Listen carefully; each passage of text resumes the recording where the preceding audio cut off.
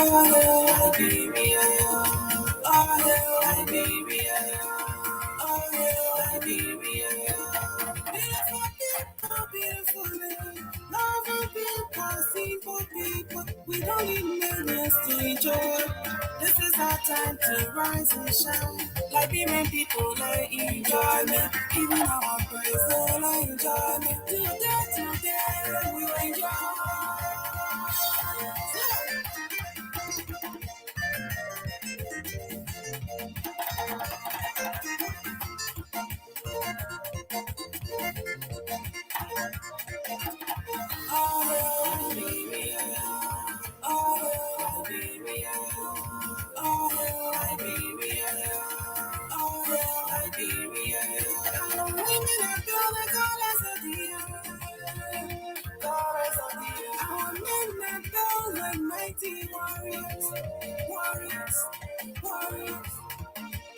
Liberia Jollof is the best. Liberia Palm One is the best. Our country to love is the best. Our food in general is the best. When you come to Liberia, my friend, you enjoy. Beautiful music, you enjoy. Atlantic Ocean, you enjoy. Eating dry, you enjoy. All you eating better, you enjoy. All you seeing, you enjoy. All you down, you enjoy. Oh, Liberia. Oh, Liberia. Oh, Liberia. Oh, Liberia.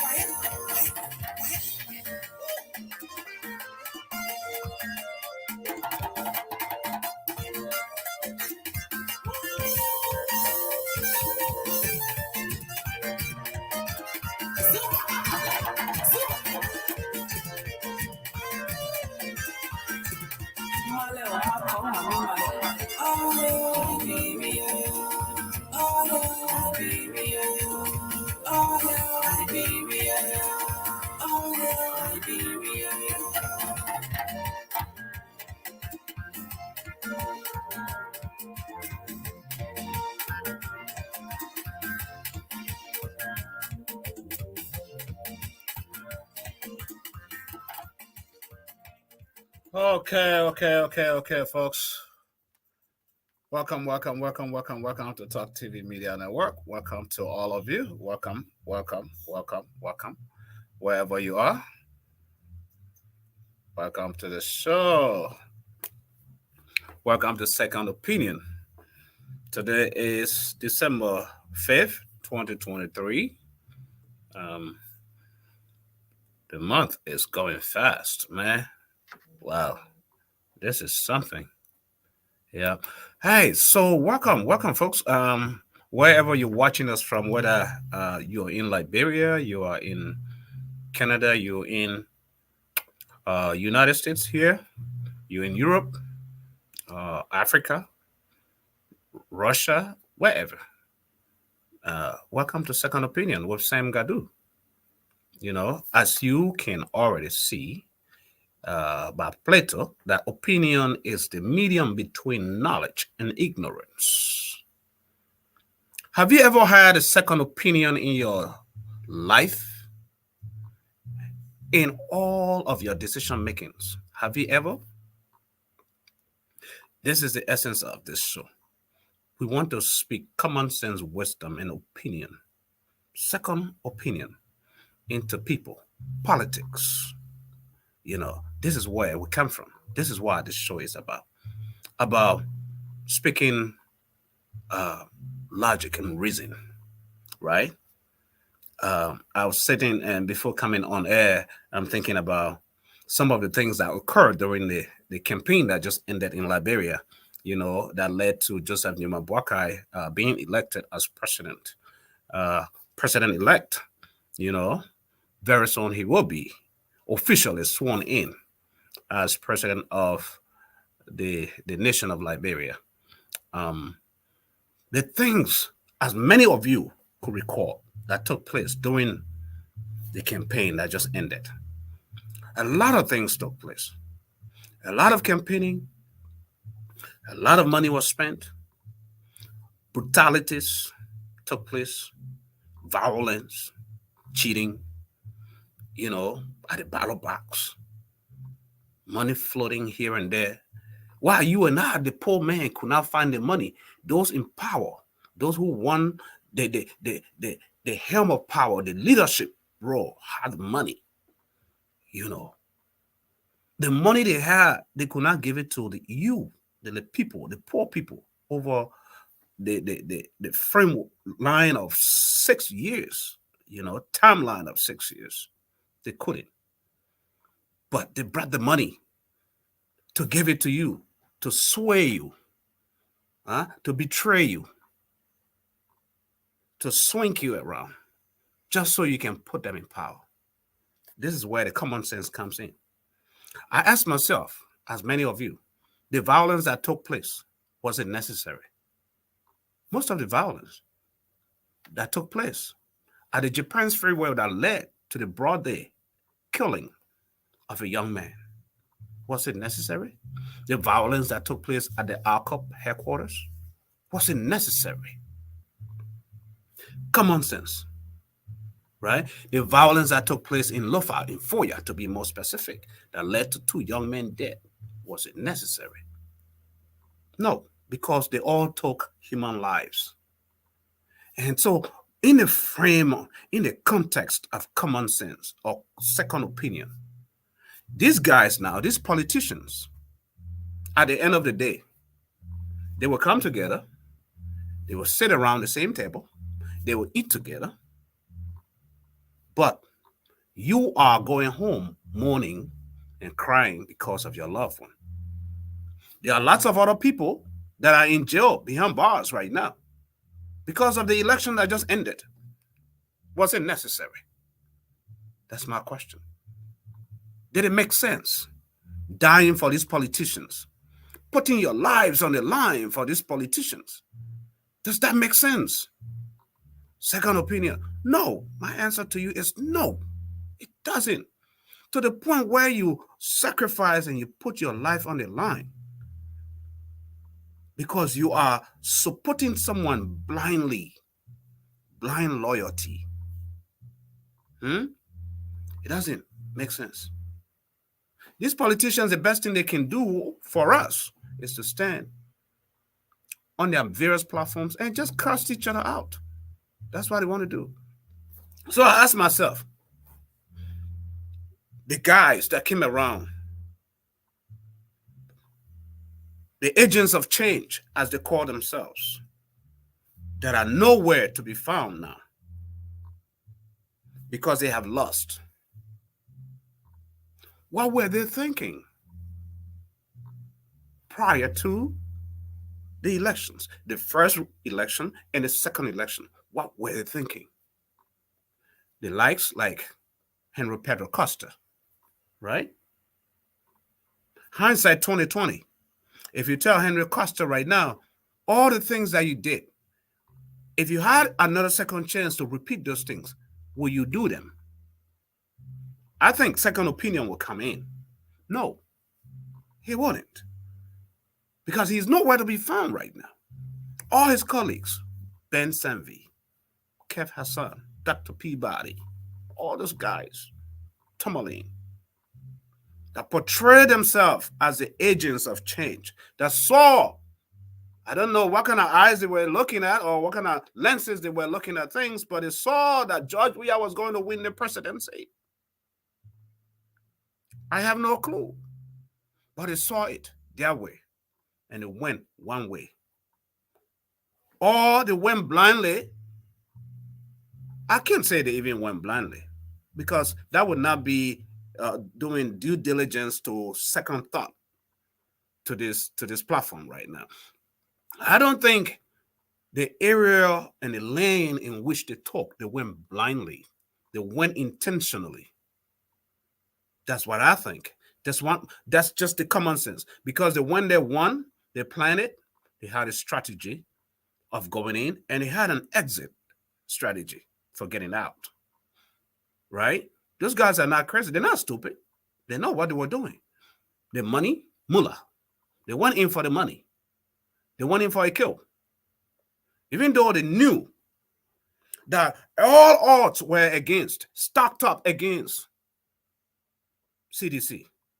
Number one, you had a sitting government that has a lot of issues in terms of law enforcement.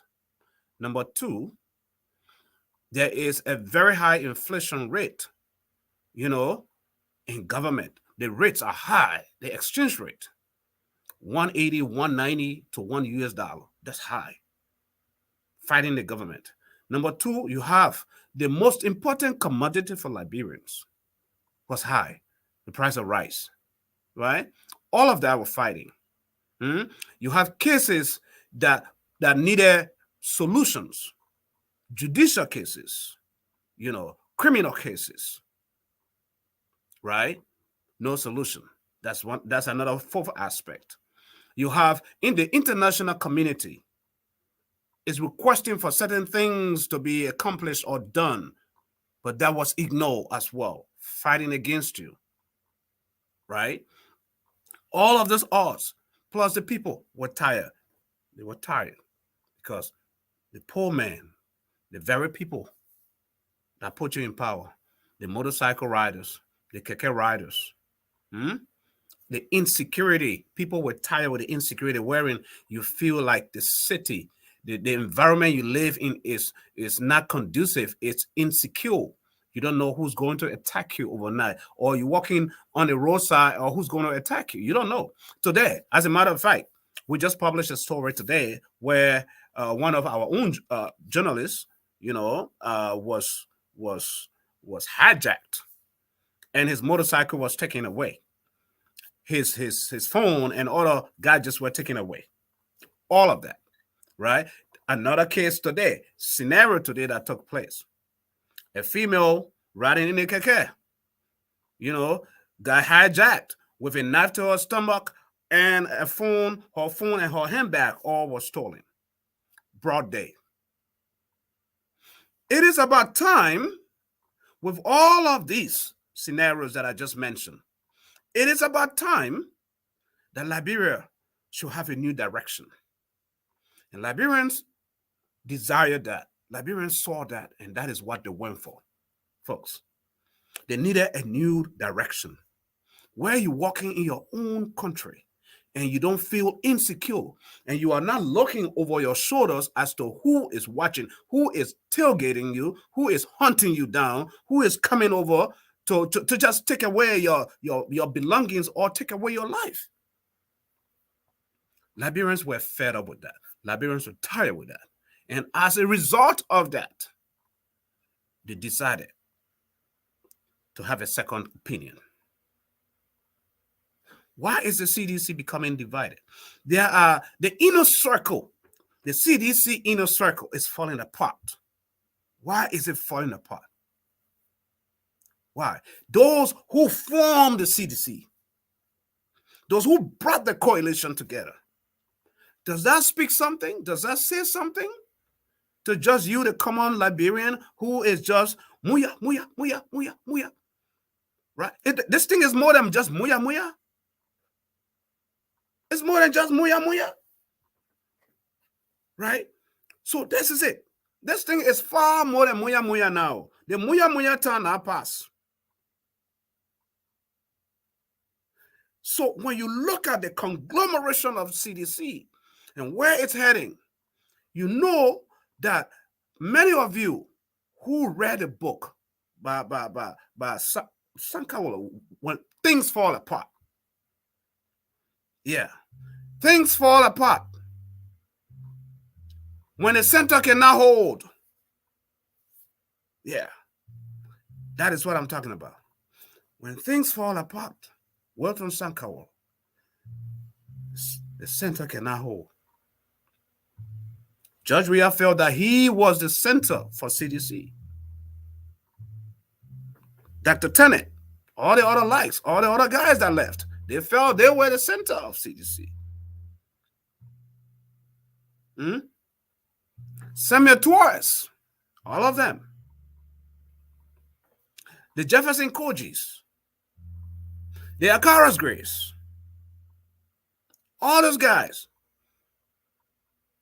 Buffer Chambers, they all felt like we own CDC. We have the engine to stir this engine to shape CDC to what we want it to be. Overlooking and ignoring the party chairman, Malu. Malu has been silent for a long time. He's weary.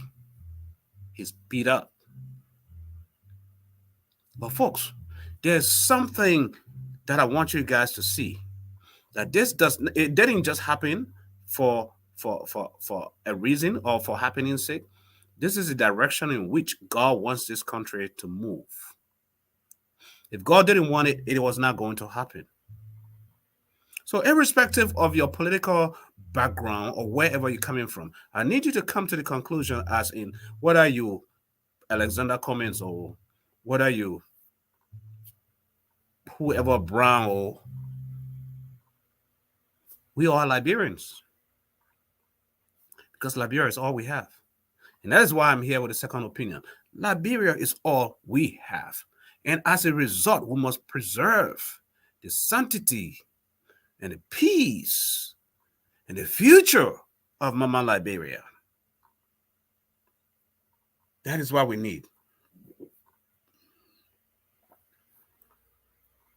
That's it. Someone is saying, Flomo is saying, without George Weah, CDC is done politically. Well, I agree and I differ to some extent. Because George Weah, to me, I think he contributed immensely in the breakdown of CDC. You know, let me tell y'all today, y'all will listen to this. Y'all will get it. You said Sam said it right. Weah is like a chameleon. A chameleon changes colors. If I had a chameleon where I'm at right now, it would take the shape of the colors that I have on me. That's how George Weah is. And when you're a leader, you cannot be like a chameleon. You gotta be straightforward.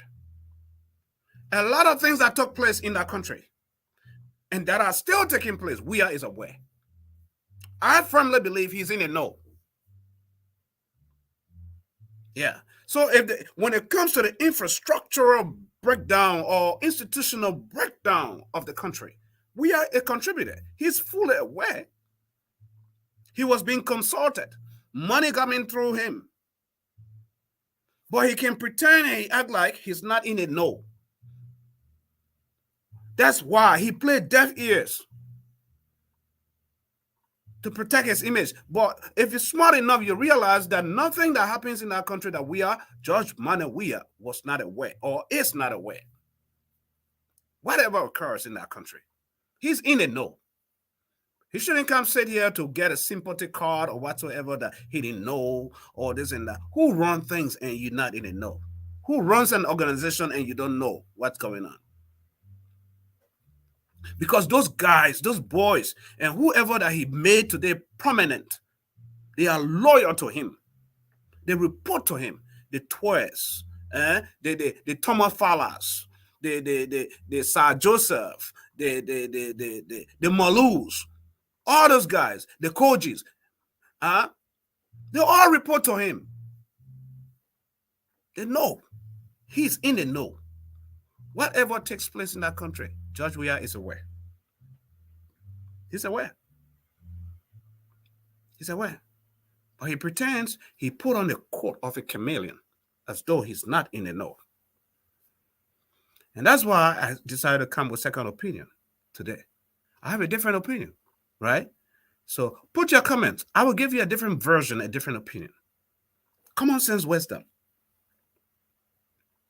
You cannot tell me that the money that is being moved at the finance ministry for the past 6 years, that Weah is not in the know. When you know, number one, that Weah love money. Those guys, do you realize even the going election, the campaign, those guys only follow him when he's going out to campaign? Those guys refuse to campaign on their own individually. They refuse.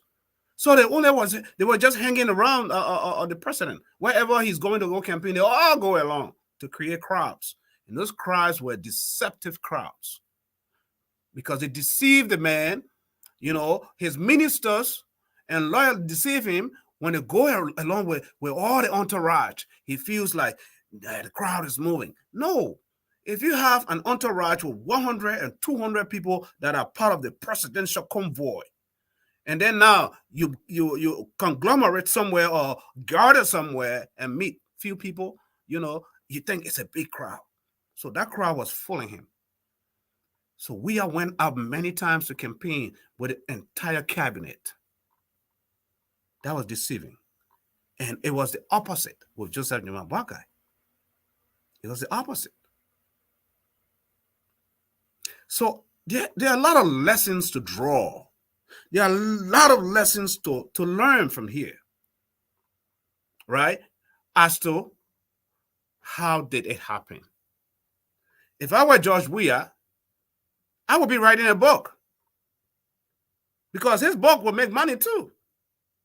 And I would title it, How Did It All Happen? Or how did it start and how it ended? A lot of people want to buy that book. I don't know if Weah is going to write a book. So this is it, folks. Common sense. Elections has come and gone. Are you of the hope that the incoming administration of Joseph Njoman Boakai is ready? Are there surprises? Do you have any expectation as to what you may want to see? It's very important for us. Very important.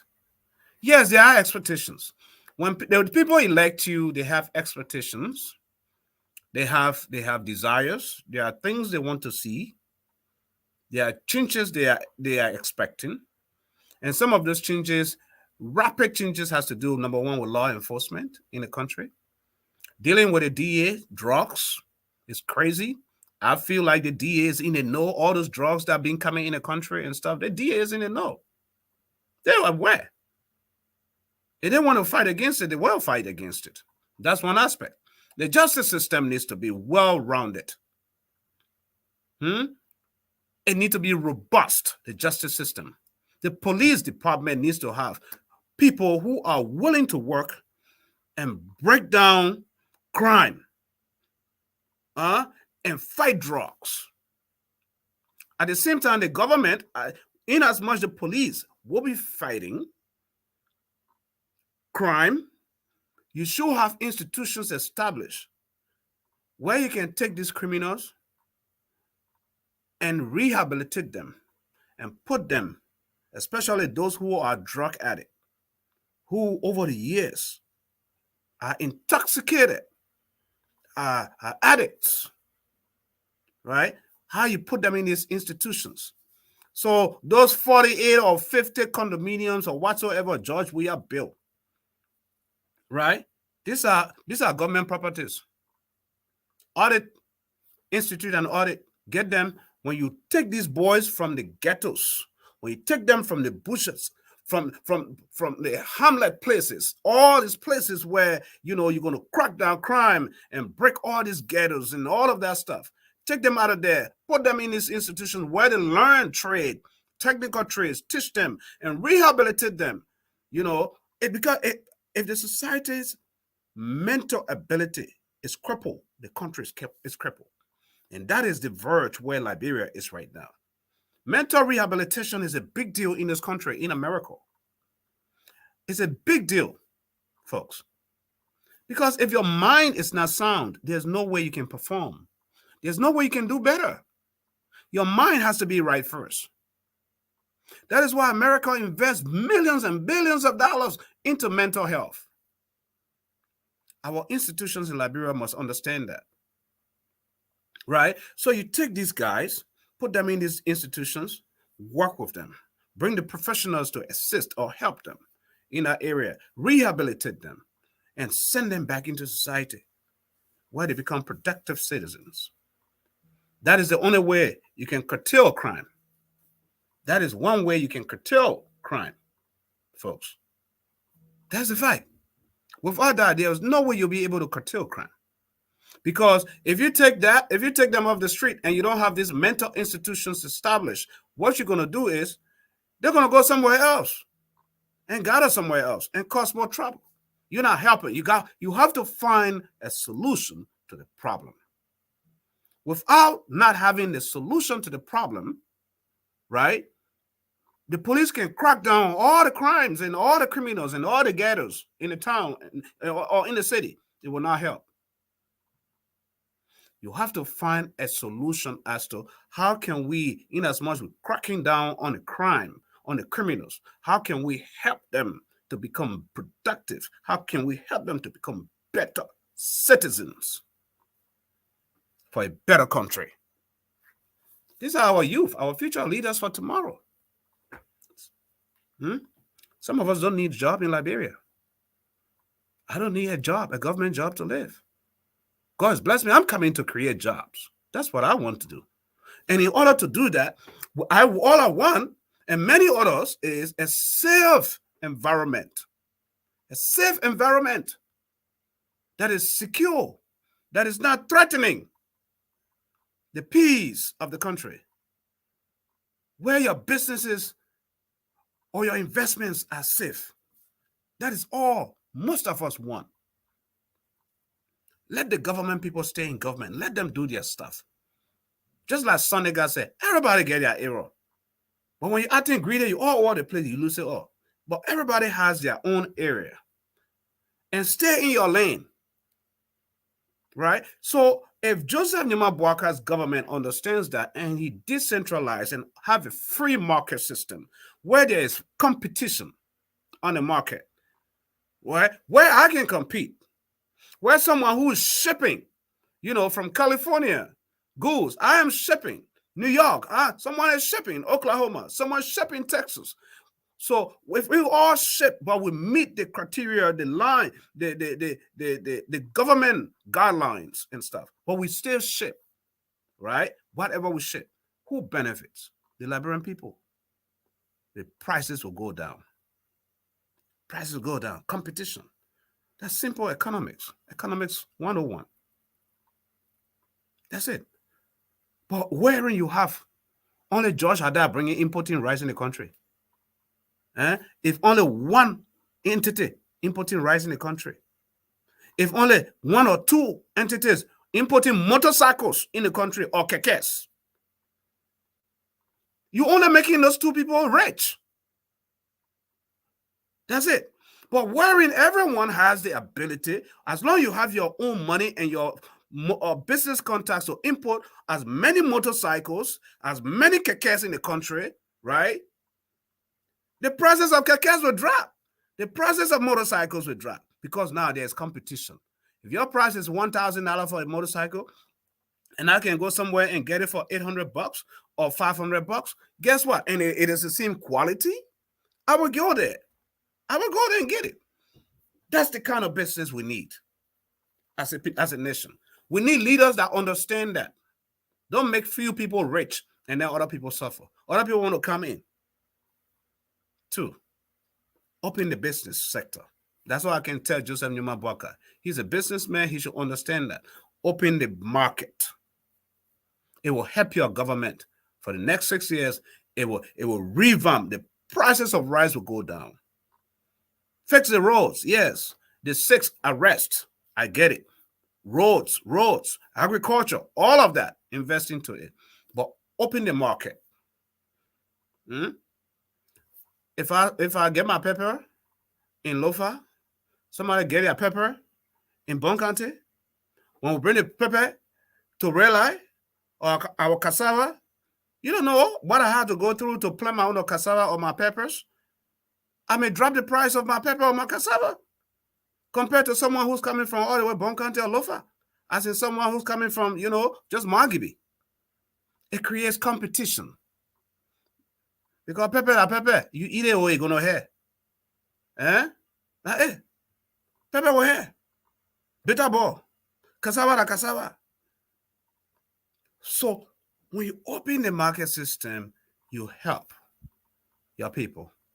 you help the economy to function better. That is the common sense I want. Second opinion, that is the common sense I wanted to drive out today. I just felt like I needed to do that. But war took place. And we need to be better ahead. Because all other countries are for war, are moving far ahead of us. This is our time. Just like the song says, this is our time, man. There's peace being restored in Liberia, as I've heard. Many people that I talked to in Liberia are saying peace has been restored in Liberia. There's some sort of quietude, right, taking place. There is some sort of quietude taking place in Liberia. Some sort of quietness and quietude is taking place in Liberia. That is what's going on, folks.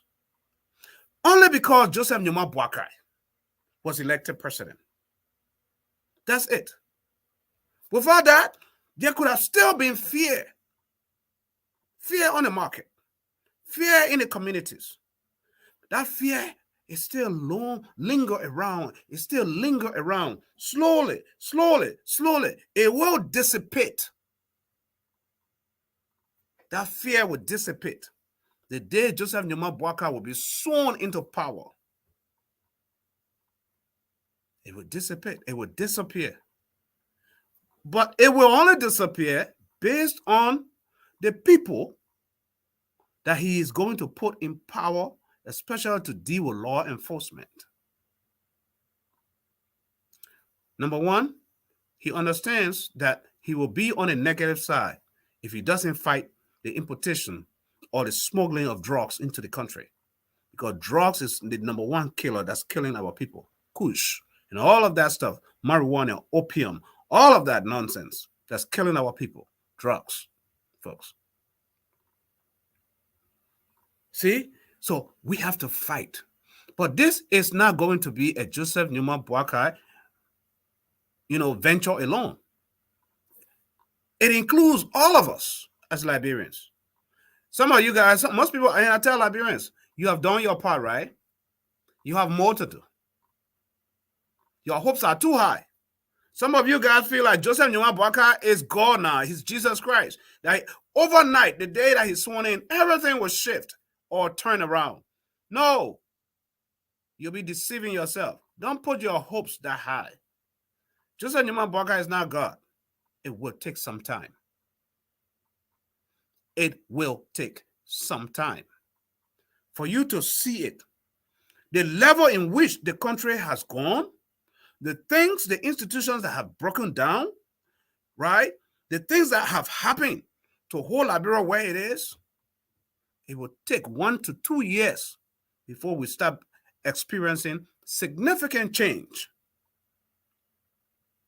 So you got to give him a slack. You got to give him some time. That is what's going to happen. So lower your expectations when it comes to that.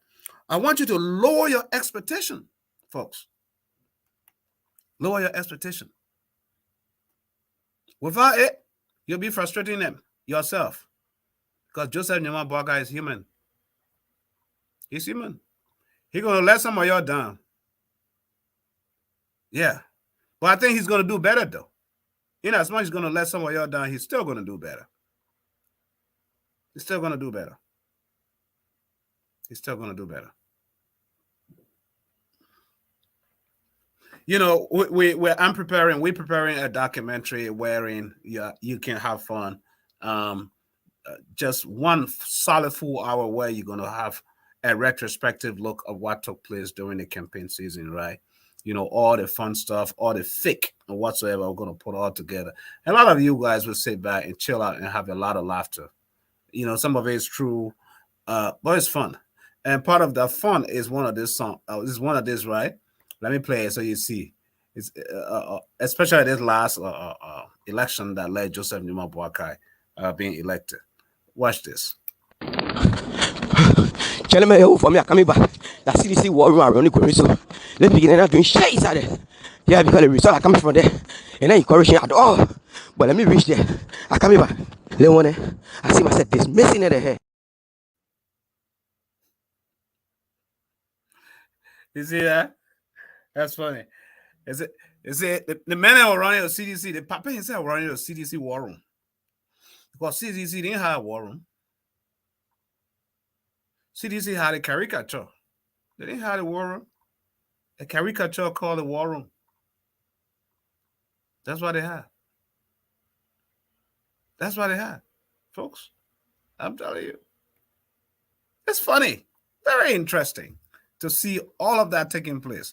And those are some of the things we'll play here, just for your own amusement. Because sometimes Liberians tend to forget, right? We're going to play all those videos. We're going to cut them, paste them, some of them, put them all into a good 1 hour solid. And just like I said, I'm just going to chill out, relax, and play. The good and the bad will all be included inside. All of it will be included. The good and the bad. All will be included. All will be included. But there's something that many people, many other networks been talking about. And I talked about it actually a week ago when the incoming president-elect Joseph Numa Boakai visited to do the, how you call it, transitioning team stuff at the mansion, where President Weah refused to shake the hands of Jeremiah Cone, the vice president-elect. That was cheap. That was too cheap. As a president, it was just the most genuine thing to do. It was just the most human thing to do. He shook the hands of Ambassador Boakai and just walked past. And so this is where I love Ambassador Boakai. Many of you don't know the old man, but the old man funny. And he quick to read situation.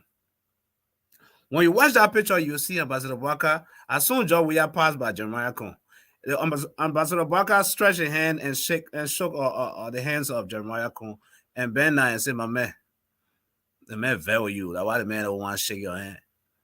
That whole thing, that whole Nima County vote in your bro for me. The man damn value you. You see how he made a man mad. Now why you saw the two of them laughing? That was funny. Very much comical. Yeah, but I don't blame John. We are too. I don't blame the man. The man was vexed. They just came from having a serious fight, a serious fight like that. And somebody, what do you expect? I walk away too. I walk away. Folks, elections come and elections go. But the memories stay with us. The scene, a lot of things, good things took place. A lot of bad things took place. That is why it's called elections.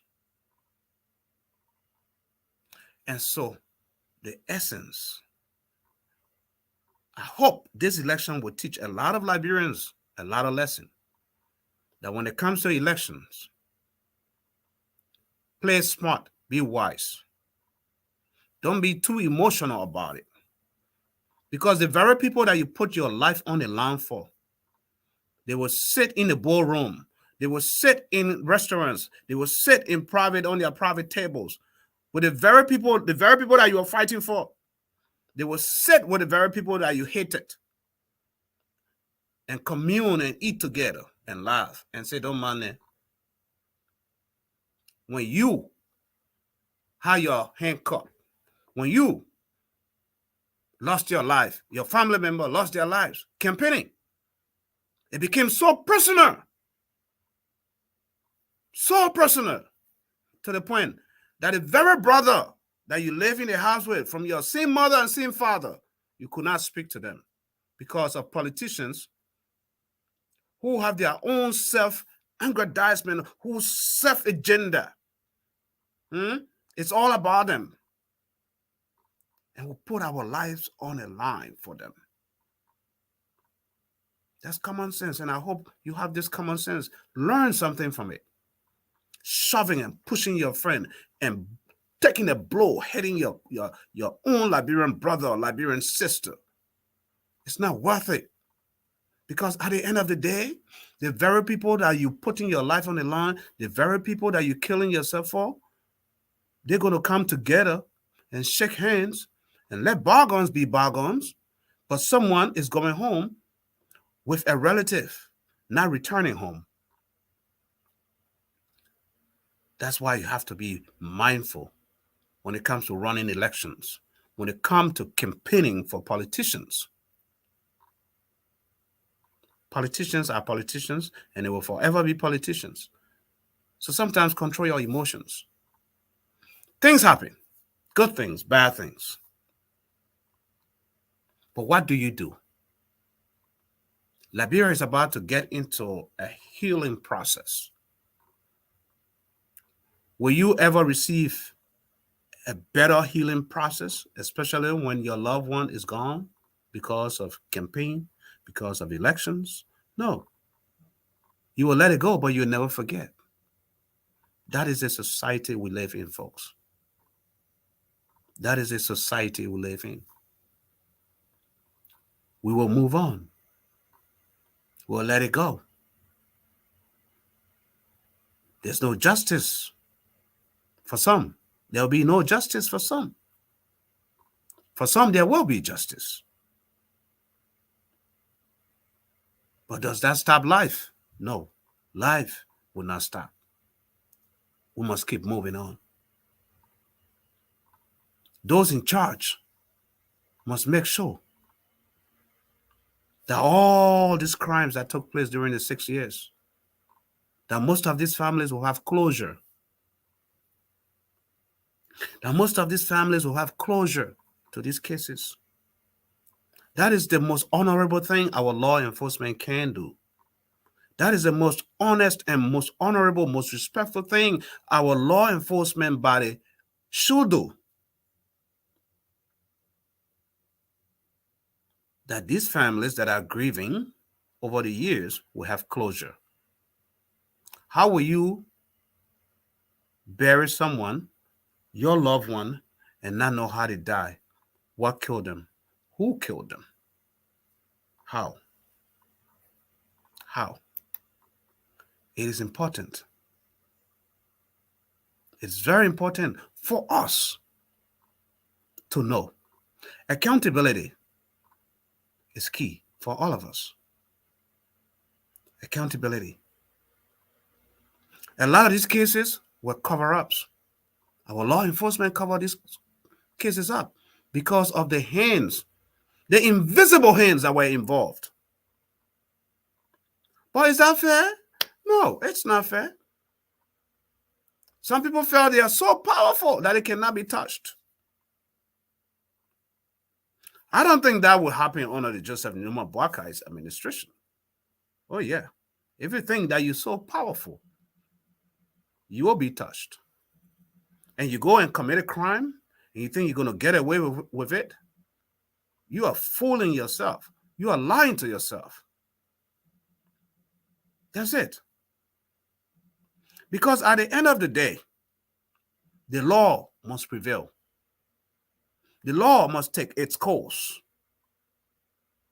That is the only thing that keeps you and I safe. That is the only thing that you and I will have trust in. As in, there is true justice. We have a better, true, dependable justice system. We have a good law enforcement body that we can trust because they are exercising their responsibilities and their jobs professionally. But wherein you take a case to law enforcement and they say, we'll look further into it, and you never get anything out of it. No, Liberian man said, no hay, no tea. No hay, no tea. You will trust that kind of police department? You will trust that kind of police or system? You will trust that kind of justice system? No. Well, only few are protected, and the masses are unprotected. The people have to believe in their government.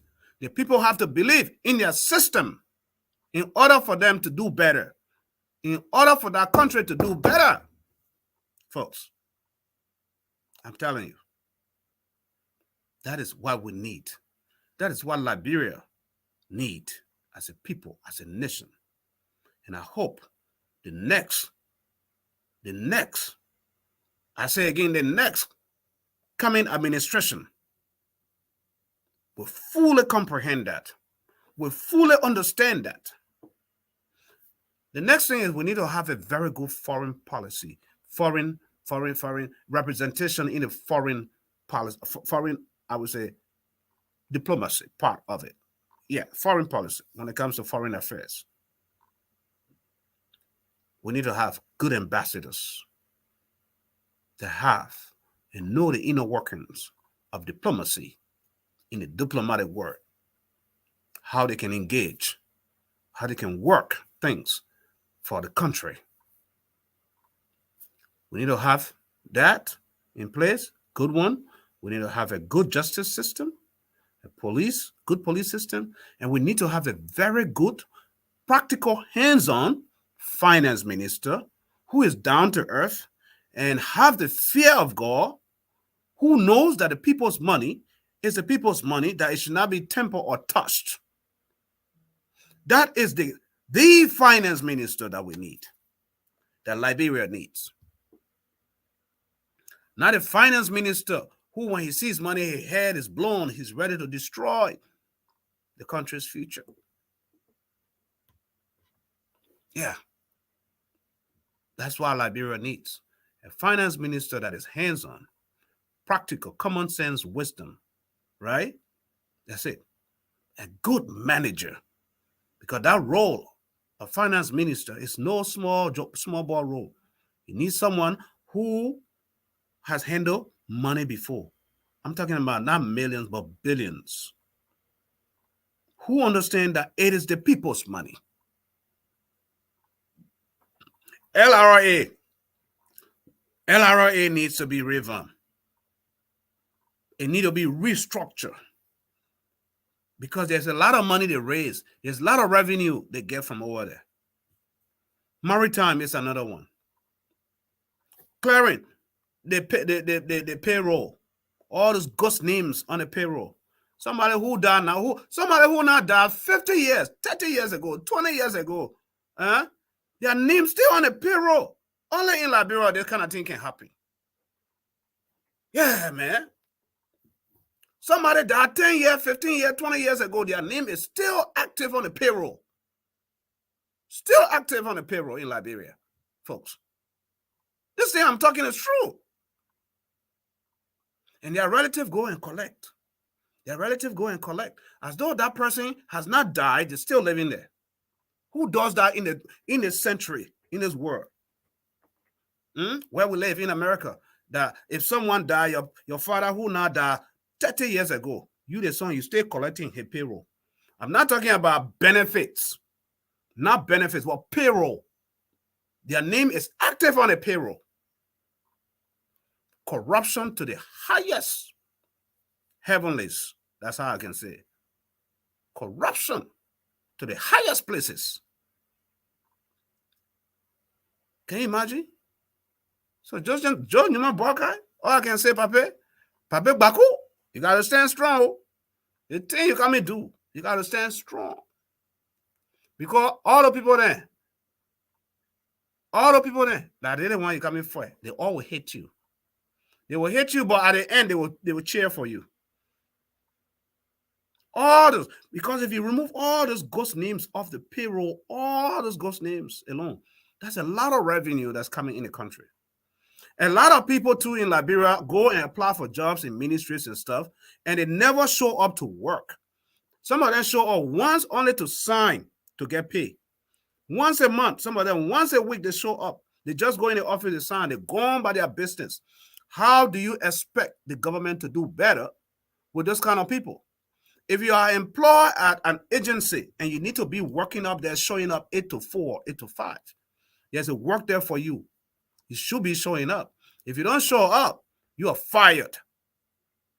Where would I go here in America to go apply for a job and only go one time a week and go sign?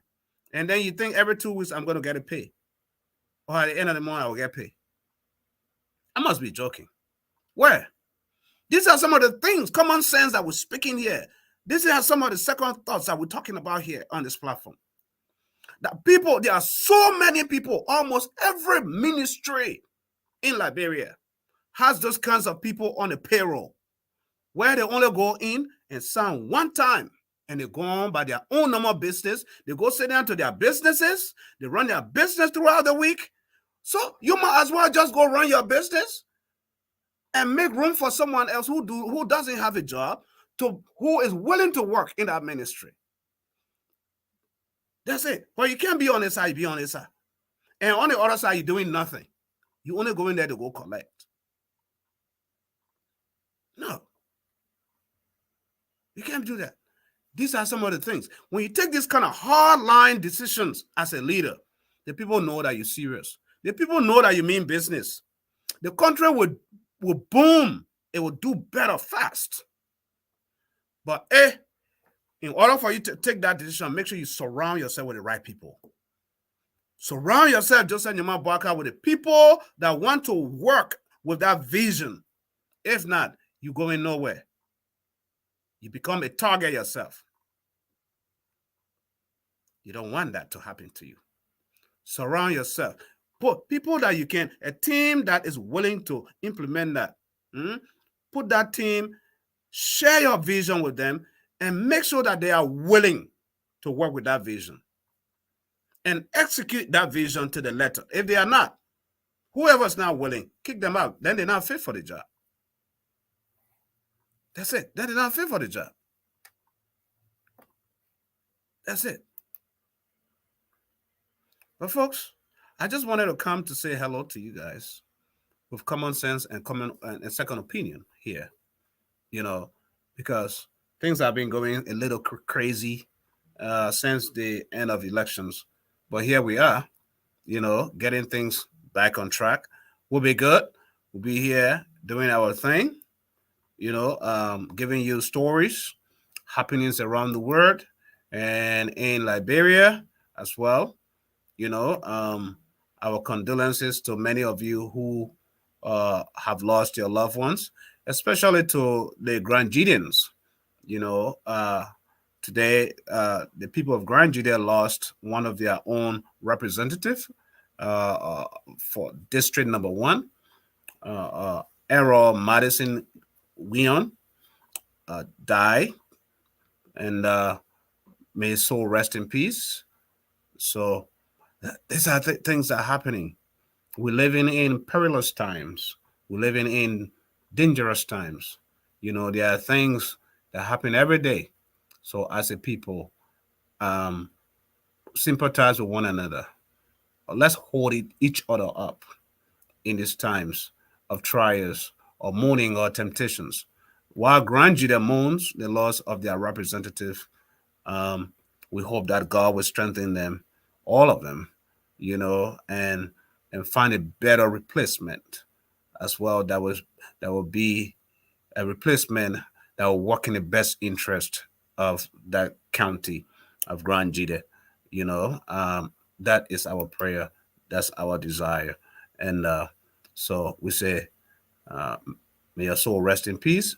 Representative Weon Madison, Errol Madison Weon, who died 2 a.m. this morning.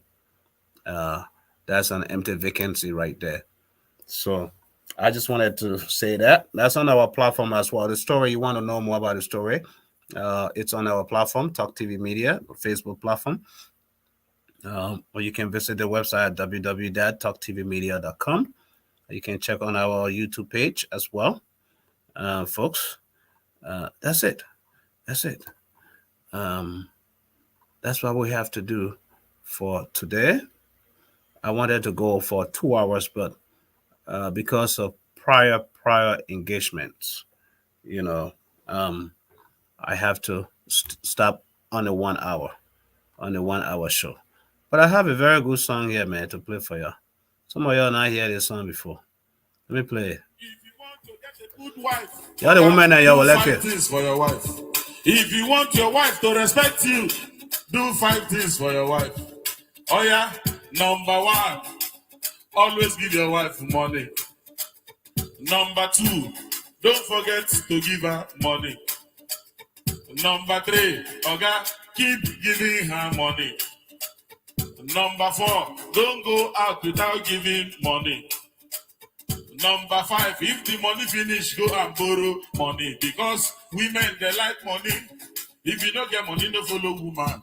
Women, if you want your husband to be the best, listen to me. Any woman will go do this one, your husband will love you till he die. If you want to get the best husband, do 2 things for your man. Men, we know they greedy. Now 2 things we want for marriage. Number 1, don't ever love your husband. Now mad woman. 9, they love a man. No woman can ever love a man. Now man get right to love woman. Even inside Bible, he did here. That's why Bible tell man to say, he say, man, love your wife. Papa, Bishop, she no be so. You know say, woman, love your husband. You say, man, love your wife. Your food, you know they make us joy. You will know who cook, who pass you. Caring, we don't need. You know they put money for our pockets. The thing where man need, give your man respect.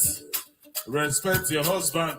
If you say sit down, madam sit down. If you say run, madam they run. If you say disappear, madam disappear. The second thing you go do for man, that one go make man increase. Any woman will do this one, your husband go love you till he die. Avoid our phone, oh. Did you hear me? Leave our phone alone, oh. Don't be your papa buy the phone. Leave our phone for us. Before thunder, go fire you. That thing where you find for the phone, I swear, if they inside. And if you see him, now you go cry. If you cry finish, you go your papa house. If I'm making... What is the difference between the ordinary thief and a political thief?